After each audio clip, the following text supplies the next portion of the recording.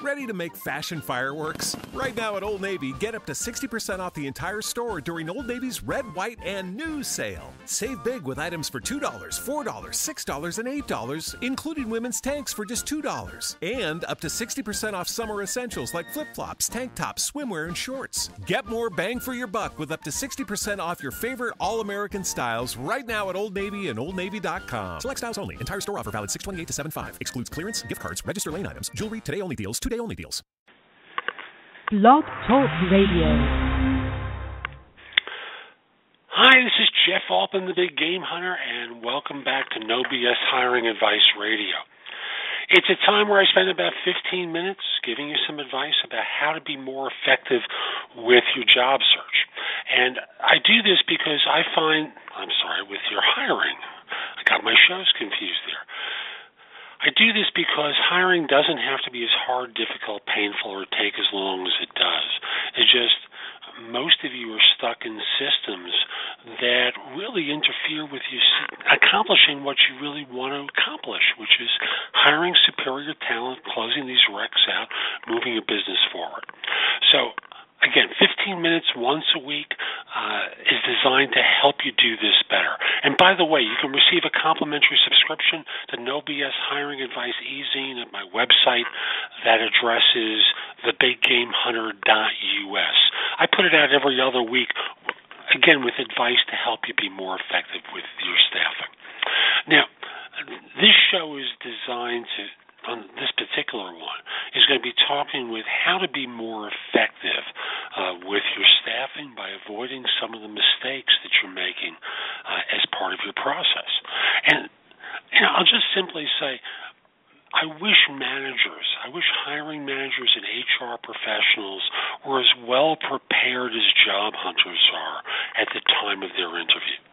I think job hunters have a little bit of an advantage because they take a couple of minutes to prepare themselves mentally. Most hiring managers don't.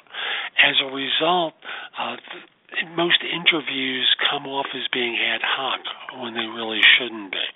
They come off as the hiring manager is distracted when they really shouldn't be. So I'm going to start off by encouraging you, take 5 minutes before each interview. 3 minutes if that's all you can afford, but you can't afford to walk in with zero. Just get yourself prepared with what you want to cover to evaluate and assess this person. So that's point number one. Prepare yourself. Number two is, and this happens way too often, all the last-minute cancellations of phone calls and interviews when people have set aside time to meet with you or speak with you. So I know you have priorities, and I know you have people who you're providing service to, and I know there are emergencies, but some of you do it way too often, which gives the potential hire the impression that, number one, you don't matter to them, and number two is your environment is way too chaotic. Why would someone want to go to work in a chaotic environment? Seriously. That's what you're presenting to people. Why would they want to go to work in a chaotic environment? Oh, we're a wonderful organization. We're terrific. We're different than... It's just this one time. Well, it isn't just this one time. And if you don't believe me, just get on the web and start looking at all the stories about your firm and what people's experiences are. You may be unpleasantly surprised by the feedback that people are putting out about how you're conducting yourself. Now, I already talked about lack of preparedness. Have you ever thought of having the resume ready so that you can reference it during the interview?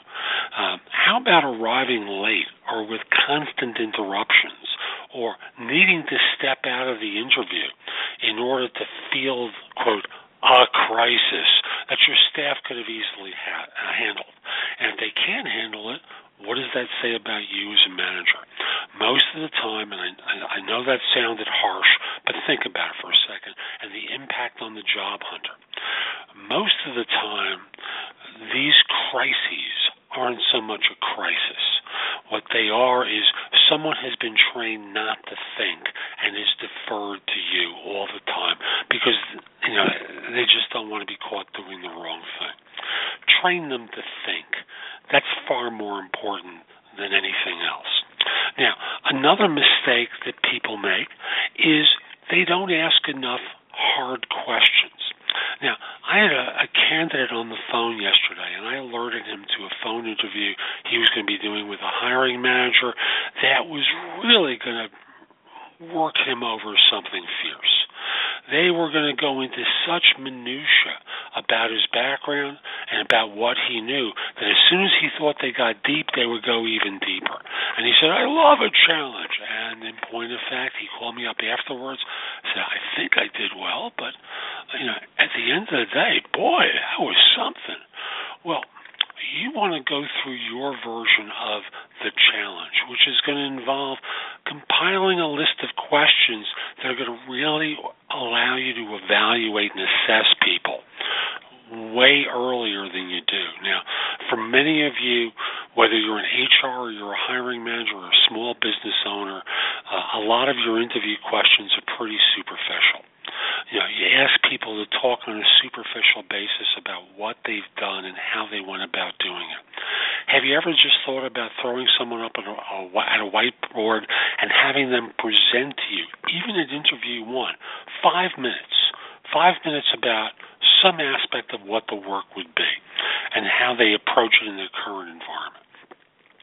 Now, there is nothing more pressure-filled than presenting. And for most people, when they are presented, they are doing a presentation, it's one of these things like root canal that causes them to have apprehension. But you're also going to get a sense of what their knowledge is and what their self-confidence is.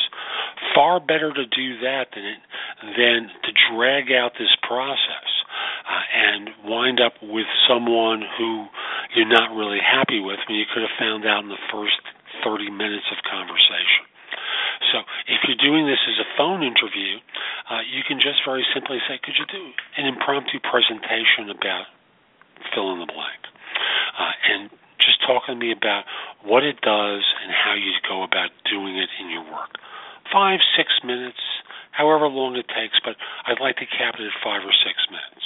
You want to do that because you don't want them droning on ad infinitum and causing you not to listen. So, again, a quick presentation that causes them to really answer some of the hard questions about their background and gives you a sense of their self-confidence. Another thing that people do is they talk too much. They talk about themselves too much. Now, it's one thing to do this at the end of the interview when you're really selling the opportunity and selling the organization and selling what working for you is going to be like. But there's another thing about doing it 15 minutes into the interview. It just sounds like you're a blowhard.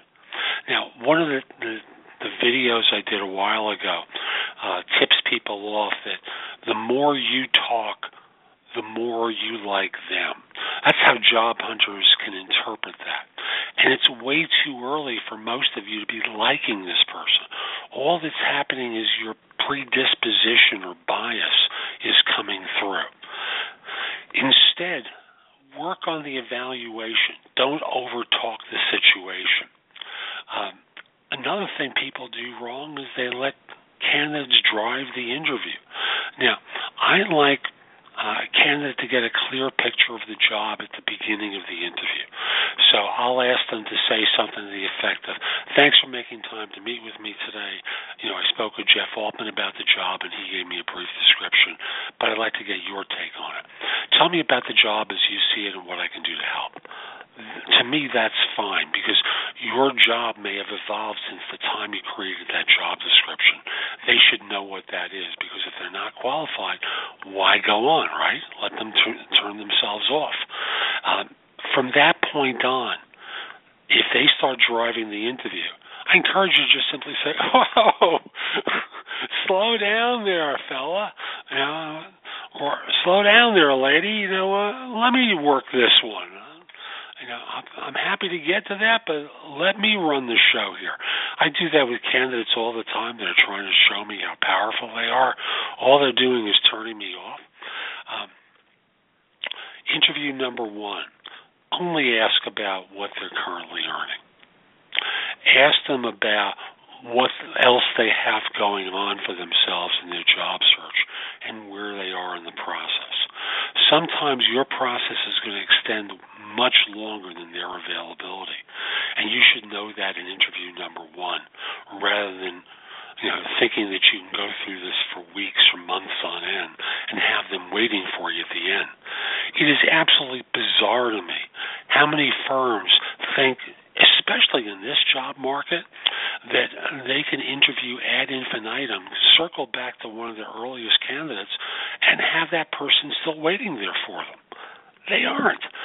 There are labor shortages all over the world, and as a result, firms are aggressively hiring. Don't you want to know that you might lose this person that you're interested in? Minimally, you can speed up the process and get them in front of other people. Might there be someone else out there even better than this person? Sure. But what's so bad about they can execute the job, I can get them on board in 3 weeks, 2 weeks, whatever, and not have to interview forever. And I can get this filled with someone who's really quite good.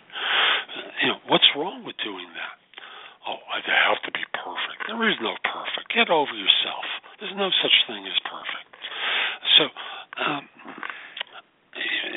just move the process along. Find out where they are in the search, and don't overtalk your situation.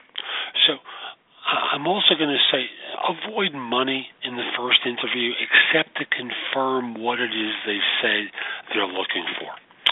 Now, fit. This is often a sore subject with hiring managers because they want to bring on people that fit in with their organization. And I'm going to say 2 things on this subject and not go into a lot of detail. I've written and spoken about it many times. I'll simply say most of you are ill-equipped to assess for fit. You just don't know what you don't know. And as a result, you incompetently select people time and again because you think they're going to fit in with your organization. They won't. Number 2 is, why is fit so important anyway? Don't you want to get different inputs and viewpoints? Oh, we want to hire a team player. Tell me how you're going to evaluate that. Seriously, how are you going to evaluate for a team player? They're not going to give you their ideas, and they're just going to say, wow, that idea of yours is so wonderful. No, it isn't. I'll simply say you're not equipped to evaluate fit, and hiring for it is vastly overrated.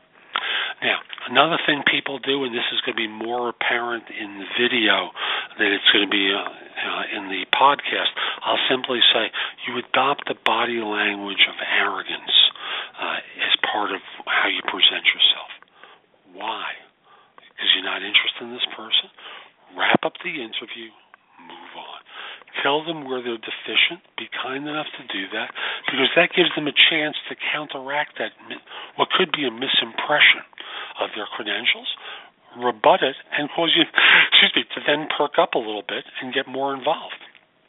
So, if you're not interested, better not to adopt that hostile arms folded in front of your chest posture or anything else that expresses disinterest, because you never know who they're going to be speaking with after their interview that's going to be turned off to your behavior, who you might have wanted to hire.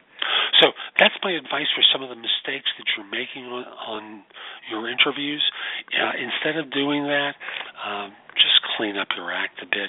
It's just sloppiness on your part that you do a lot of these things.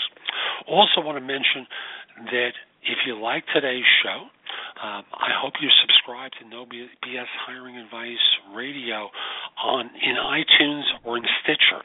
I have it in both platforms as well as on Blog Talk Radio. If you're trying to fill positions, reach out to me. You can call me at 646-374-8656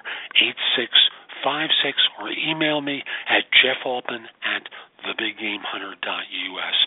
Let's set up a time to speak. I'd love to help you with staffing. And if we're not already connected on LinkedIn, send a connection request at linkedin.com/IN/the-big-game-hunter. I accept connection requests from people worldwide, except if you look like a spammer or scammer to me, except if you're a third-party recruiter. So this is Jeff Altman. Hope you enjoyed today's show. Hope you have a great day. Take care. Ready to make fashion fireworks? Right now at Old Navy, get up to 60% off the entire store during Old Navy's Red, White, and New sale. Save big with items for $2, $4, $6, and $8, including women's tanks for just $2. And up to 60% off summer essentials like flip-flops, tank tops, swimwear, and shorts. Get more bang for your buck with up to 60% off your favorite all-American styles right now at Old Navy and OldNavy.com. Select styles only. Entire store offer valid 6/28 to 7/5. Excludes clearance, gift cards, register lane items, jewelry, today-only deals, two-day-only deals. Ready to make fashion fireworks? Right now at Old Navy, get up to 60% off the entire store during Old Navy's Red, White, and New sale. Save big with items for $2, $4, $6, and $8, including women's tanks for just $2. And up to 60% off summer essentials like flip-flops, tank tops, swimwear, and shorts. Get more bang for your buck with up to 60% off your favorite all-American styles right now at Old Navy and OldNavy.com. Select styles only. Entire store offer valid 6/28 to 7/5. Excludes clearance, gift cards, register lane items, jewelry, today-only deals, two-day-only deals.